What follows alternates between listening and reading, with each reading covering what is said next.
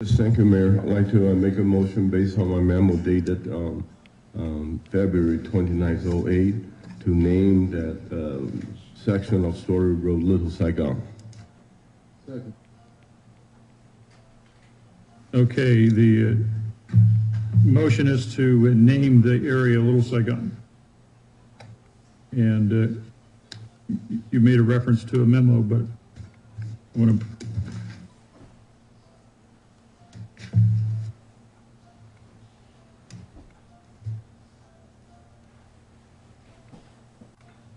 Okay, so I just want to make sure that your motion was a restatement of what was in the memo, which it is. Yes. Okay. Again, this is an attempt to bring to closure of this naming issue. Okay, discussion on the motion. Councilmember Liccardo. Thank you, Mayor. I don't deny for a moment that there is widespread support in our community, in our Vietnamese American community, for the name Little Saigon. And frankly, I agree with Councilmember Constant that it is almost certainly a majority of the wider Vietnamese American community that supports the name. What I'm concerned about, though, is I've got in my hand a petition apparently signed by 92 business owners, who tell us in the petition, "Dear Mayor Reed and members of the City Council, we are property and business owners doing business on Story Road. We do not want the City Council to name any name on the street until the city staff develop a guideline on naming a business district. We will work with the city staff and members of our business community to come up with a name that is acceptable to us." And in capital letters, it says, "We do not want outsiders to impose a name to our business area that we do not need and do not want." Now, and my understanding is that some folks who may be knowledgeable about this petition, and Henry Lee, I don't think we've actually spoken about this, but sir, would you mind coming down for just a moment to help us understand a little bit about the context of this?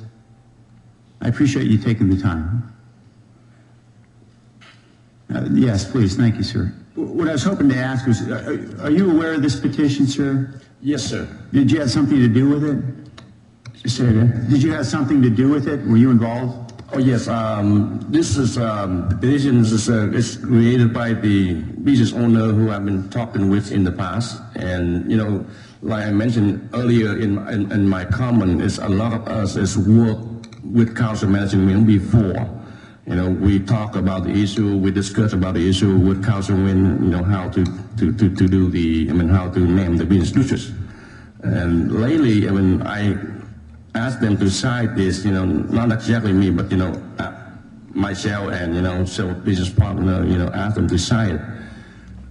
This is kind of very hard for us to create the list like this, because a lot of business owner, we want peace. We want to treat every of our customer is a customer, you know.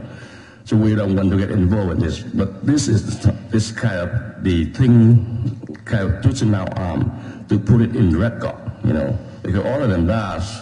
All the side of people who not supporting us keep saying, you know, we are not doing anything, you know. Mr. Lee, I'm sorry, I think you answered his question. Or did you? That's the question. I want to make sure you did. Thank you, Mr. Lee. I appreciate it. Yes, okay. I think we've only met briefly once before, so I appreciate you being willing to speak to this. I guess my point really, as Mr. Lee articulated, and feel free to sit down, I don't want to keep you waiting, is that 92 business owners in the area, or something close to that, in the previously designated business district, signed a letter saying they don't want the council imposing a name upon them. They have a desire, obviously, for self-determination without the council meddling, without politics getting involved. And they've got a good point. And certainly our council's effort from the start has been well-intentioned, but clearly our efforts to impose a name on the district has not worked terribly well. A community's identity emerges from the ground up, from the businesses in the district. And here, we've got several, as many as 92 business owners saying we don't want council meddling anymore. Let us decide for ourselves. And we've seen plenty of examples in this city and other cities about how communities create their own identity. We have, for instance, Japantown.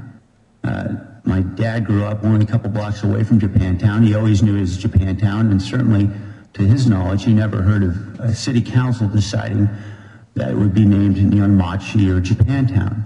Similarly, we have San Pedro Square, which was so named because a business owner decided that would be the name for the property that he owned. And so it seems to me that we certainly have models to work with.